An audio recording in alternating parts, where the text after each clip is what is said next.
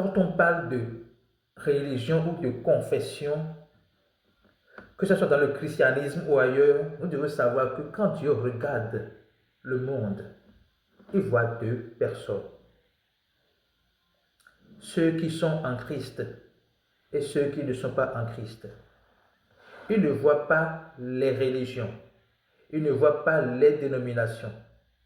Il ne voit pas telle église ou telle église.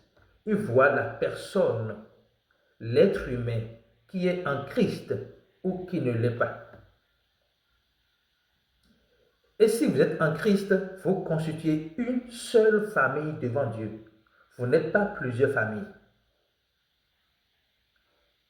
Donc la question n'est pas de savoir si un chrétien catholique peut épouser un chrétien évangélique ou un chrétien de l'Assemblée de Dieu ou un chrétien méthodiste ou un chrétien du christianisme céleste par exemple. La question n'est pas là. La question est de savoir, est-ce que la personne que je vais épouser est en Christ? La seule condition que le Seigneur a donnée pour le mariage, c'est que les deux soient dans la lumière. Parce qu'il a dit que la lumière ne peut pas s'unir avec les ténèbres. Et la lumière, c'est Jésus-Christ.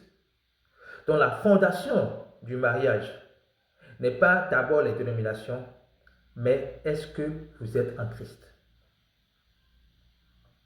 Alléluia. Donc il est important de comprendre ce principe fondamental du mariage. Fondamental du mariage. Et dans mon livre, j'ai expliqué cela. J'ai montré les critères pour choisir son époux ou son épouse. Et vous n'allez pas voir s'il est en Christ, si elle est en Christ. C'est ce que vous allez voir.